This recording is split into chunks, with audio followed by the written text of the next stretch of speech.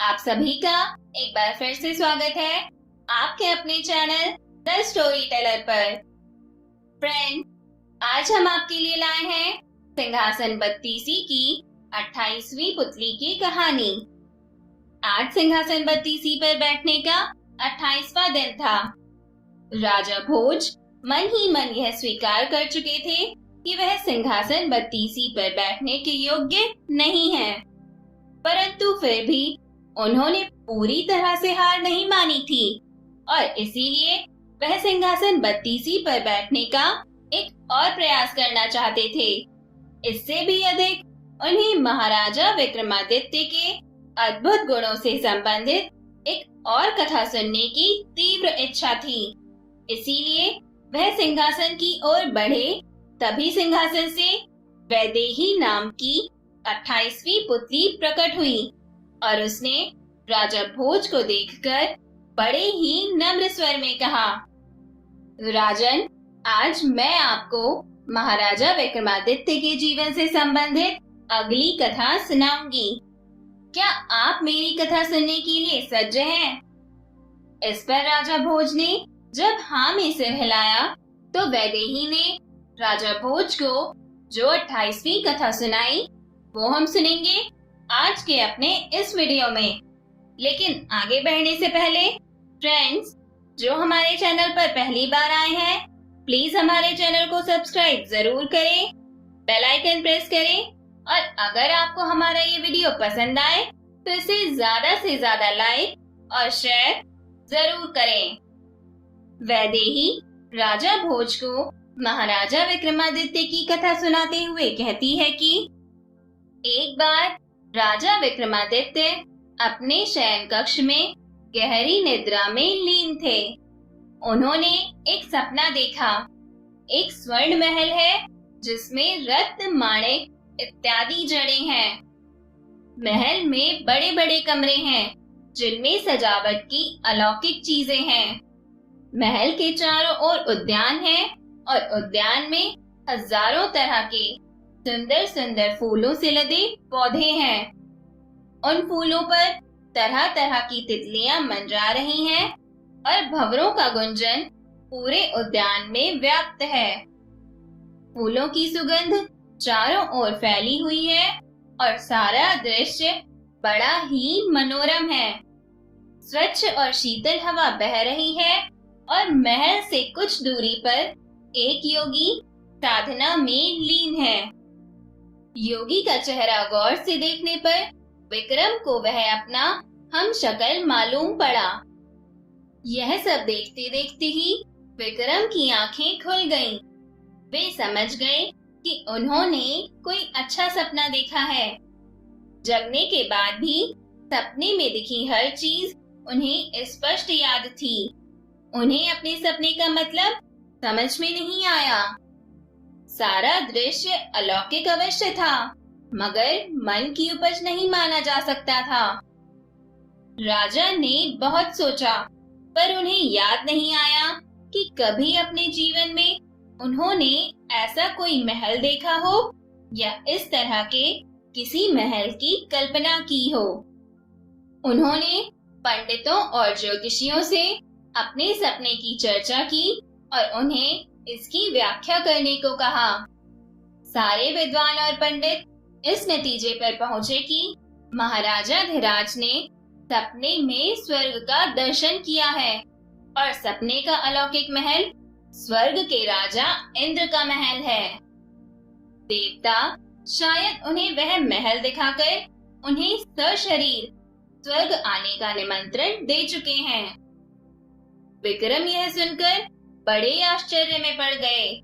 उन्होंने कभी भी न सोचा था कि उन्हें स्वर्ग आने का इस तरह निमंत्रण मिलेगा। वे पंडितों से पूछने लगे कि स्वर्ग जाने का कौन सा मार्ग होगा और स्वर्ग यात्रा के लिए क्या क्या आवश्यकता हो सकती है। काफी मंथन के बाद सारे विद्वानों ने उन्हें वह दिशा बताई जिधर से स्वर्गारोहण हो सकता था और उन्हें बतलाया कि कोई पुण्यात्मा जो सतत भगवान का स्मरण करता है और धर्म के पथ से विचलित नहीं होता है, वही स्वर्ग जाने का अधिकारी है। राजा ने कहा कि राजपाट चलाने के लिए जानबूझकर नहीं तो भूल से ही अवश्य कोई धर्म विरुद्ध आचरण उनसे हुआ होगा। इसके अलावा कभी कभी राज्य की समस्या में इतने उलझ जाते हैं कि उन्हें भगवान का स्मरण नहीं रहता है। इस पर सभी ने एक स्वर से कहा कि यदि वे इस योग्य नहीं होते तो उन्हें स्वर्ग का दर्शन ही नहीं हुआ होता। सबकी सलाह पर उन्होंने राजपुरोहित को अपने साथ लिया और स्वर्ग की यात्रा पर निकल पड़े। पंडितों के कथन के अनुसार उन्हें यात्रा के दौरान 2 पुण्य कर्म भी करने थे। यह यात्रा लंबी और कठिन थी। विक्रम ने अपना राजसी भेष त्याग दिया था और अत्यंत साधारण कपड़ों में यात्रा कर रहे थे। रास्ते में एक नगर में रात में विश्राम के लिए रुक गए। जहां रुके थे वहां उन्हें एक बूढ़ी औरत रोती हुई मिली। उसके माथे पर चिंता की लकीरें उभरी हुई थी और गला रोते रोते रुंधा जा रहा था। विक्रम ने द्रवित होकर उससे उसकी चिंता का कारण पूछा तो उसने बताया कि उसका एकमात्र जवान बेटा सुबह ही जंगल गया, लेकिन अभी तक नहीं लौटा है।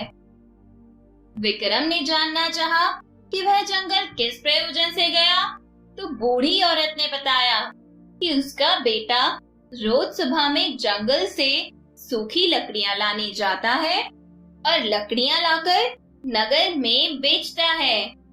लकड़ियां बेचकर जो पैसा मिलता है उसी से उनका गुजारा होता है। विक्रम ने कहा कि अब तक वह नहीं आया है तो आ जाएगा। बूढ़ी औरत ने कहा कि जंगल बहुत घना है और नरभक्षी जानवरों से भरा पड़ा है। उसे शंका है कि कहीं किसी हिंसक जानवर ने उसे अपना ग्रास न बना लिया हो। उसने यह भी बताया कि शाम से वह बहुत सारे लोगों से विनती कर चुकी है कि उसके बेटे का पता लगाए, लेकिन कोई भी जंगल जाने को तैयार नहीं हुआ। उसने अपनी विवशता दिखाई कि वह बूढ़ी और निर्बल है, इसलिए खुद जाकर पता नहीं कर सकती है। विक्रम ने उसे आश्वासन दिया कि वे जाकर उसे ढूंढेंगे। उन्होंने विश्राम का विचार त्याग दिया और तुरंत जंगल की ओर चल पड़े। थोड़ी देर बाद उन्होंने जंगल में प्रवेश किया तो देखा कि जंगल सचमुच बहुत घना है। वे चौकन्ने होकर थोड़ी दूर आए तो उन्होंने देखा कि एक नौजवान कुल्हाड़ी लेकर पेड़ पर दुबका बैठा है और नीचे एक शेर घात लगाए बैठा है। विक्रम ने कोई उपाय ढूंढकर शेर को वहां से भगा दिया और उस युवक को लेकर नगर लौट आए। बुढ़िया ने बेटे को देखकर विलाप करना छोड़ दिया और विक्रम को ढेरों आशीर्वाद दिए। इस तरह बुढ़िया को चिंता मुक्त करके उन्होंने एक पुण्य का काम किया। कथा सुनाते हुए वैदेही ने राजा भोज के चेहरे की ओर देखा, जिनके चेहरे पर बिल्कुल ही शांत भाव थे और इसके साथ ही हल्की सी मुस्कान भी थी। उन्हें देखकर वैदेही भी मुस्कुराई और उसने अपनी कथा को जारी रखते हुए कहा कि रात भर विश्राम करने के बाद राजा विक्रमादित्य ने सुबह फिर से अपनी यात्रा शुरू कर दी। चलते चलते वे समुद्र तट पर आए तो उन्होंने एक स्त्री को रोते हुए देखा। स्त्री को रोते देख वे उसके पास आए तो देखा कि एक मालवाहक जहाज खड़ा है और कुछ लोग उस जहाज पर सामान लाद रहे हैं।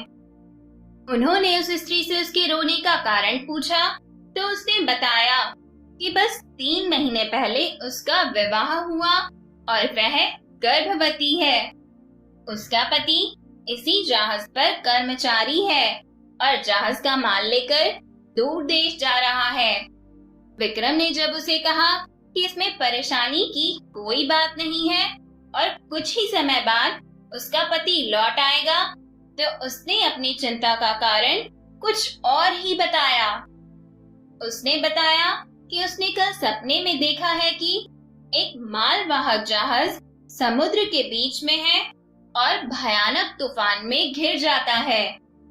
तूफान इतना तेज है कि जहाज के टुकड़े टुकड़े हो जाते हैं और उस पर सवार सारे लोग समुद्र में डूब जाते हैं। वह सोच रही है कि अगर वह सपना सच निकला तो उसका क्या होगा।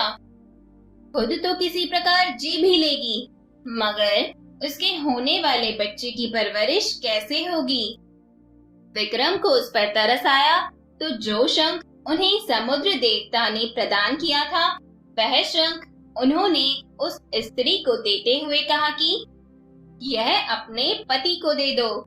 जब भी तूफान या अन्य कोई प्राकृतिक विपदा आए तो इसे फूंक देगा। उसके फूंक मारते ही सारी विपत्ति हल हो जाएगी। औरत को उन पर विश्वास नहीं हुआ और वह शंकालु दृष्टि से उन्हें देखने लगी। विक्रम ने उसके चेहरे का भाव पढ़कर शंख को फूंक मारी। शंख की ध्वनि हुई और समुद्र का पानी कोसों दूर चला गया। उस पानी के साथ वह जहाज और उस पर सवार सारे कर्मचारी भी कोसों दूर चले गए। अब दूर दूर तक सिर्फ समुद्र तट फैला नजर आता था। वह स्त्री और कुछ अन्य लोग जो वहां खड़े थे हैरान रह गए। उनकी आंखें फटी की फटी रह गईं। जब विक्रम ने दोबारा शंख फूंका तो समुद्र का पानी फिर से वहां हिलोड़े मारने लगा। समुद्र के पानी के साथ वह जहाज भी कर्मचारियों सहित वापस आ गया। अब उस स्त्री को उस शंख की चमत्कारिक शक्ति के प्रति कोई शंका नहीं रही। उसने विक्रम से वह शंख लेकर अपनी कृतज्ञता जाहिर की। विक्रम उस स्त्री को शंख देकर अपनी यात्रा पर निकल पड़े।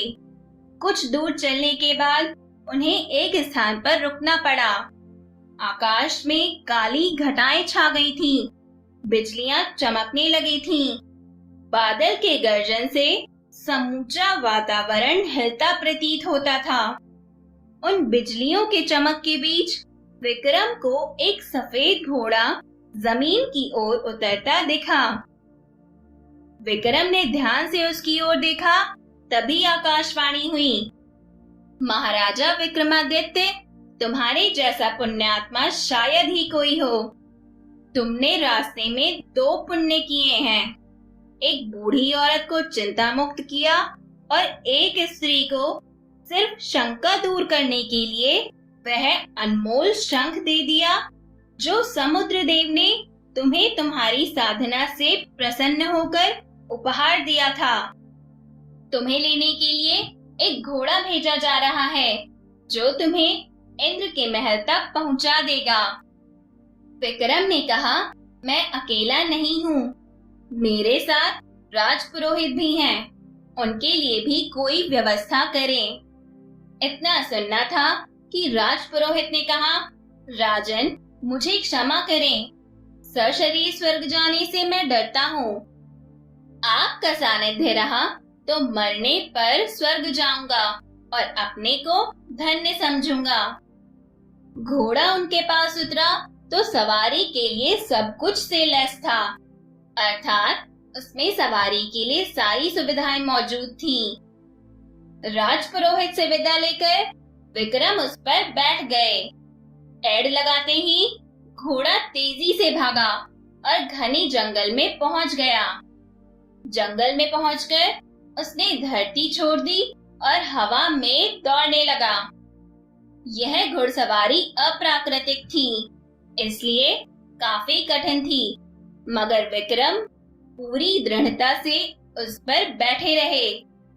हवा में कुछ देर उड़ने के बाद वह घोड़ा आकाश में दौड़ने लगा।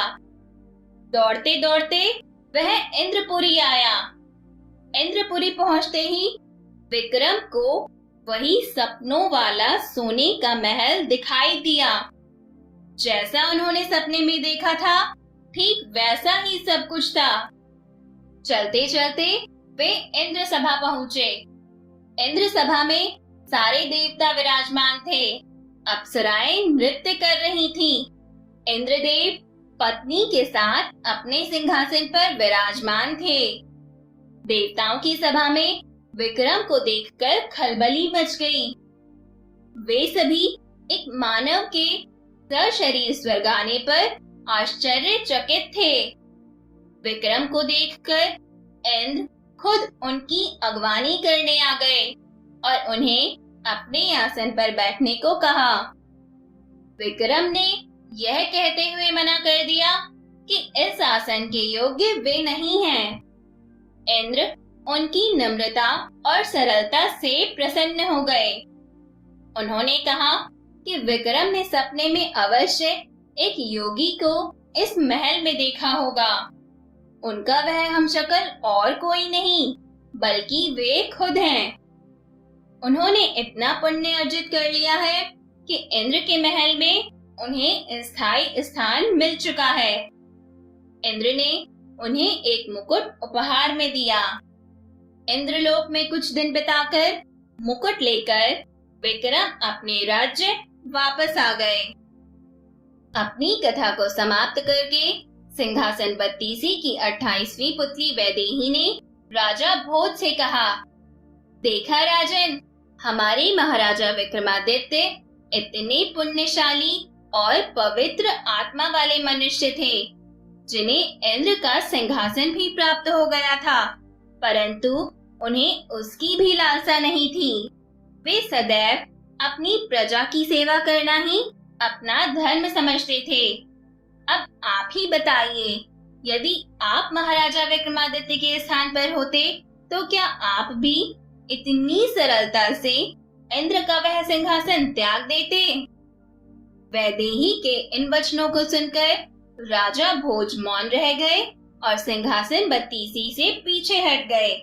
इस तरह 28वां दिन भी यूं ही बीत गया।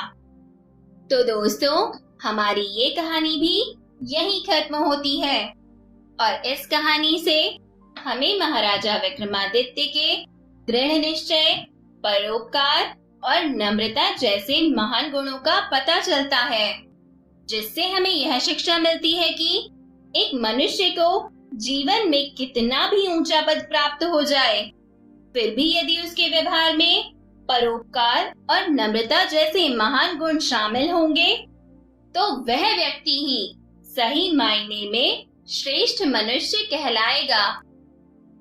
और अब बारी है आपके जीवन के लिए एक महत्वपूर्ण सलाह की।